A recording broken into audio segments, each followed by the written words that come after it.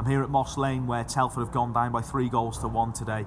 Their second defeat on the spin after a home loss to Bradford Park Avenue last week.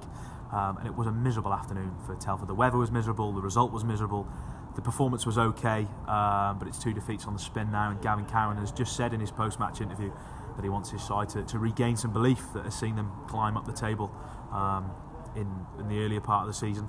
He made 2 changes for today's game. Ryan Barnett came in for a first start in place of Amari Morgan-Smith, and he played a part in the Telford goal, crossed for Ellis Deeney, whose header was blocked, and it came to Dan Udo.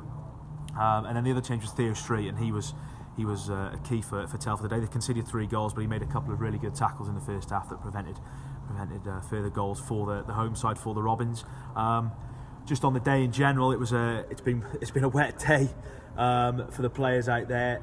Prior to the game, there was an 11 a.m. pitch inspection after a deluge of rain overnight. The game was passed fit to play. The ref did a test before the game, passed it fit as well, but in places it was really wet. It was like a bog on the one side. And that led to Telford going behind after 18 minutes. Altrincham won the ball after a stray Telford pass that was held up in the water. Broke forward, John Johnson found Josh Hancock, the former Telford man who scored the first of his brace this afternoon, to give his side the lead. Udo then levelled.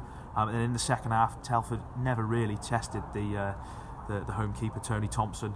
But it took a bit of brilliance to get Altrincham in front. It was a free kick from the edge of the box from Connor Hampson, killed it over the wall and beat Andy Wycherley at the far post. And then later on, Gavin Cowans admitted that the 3rd goal was his fault. He went gung-ho, chucked on 2 attacking players, and then they were caught as Hancock found himself free in the box and slotted home late on. So a disappointing afternoon for Telford.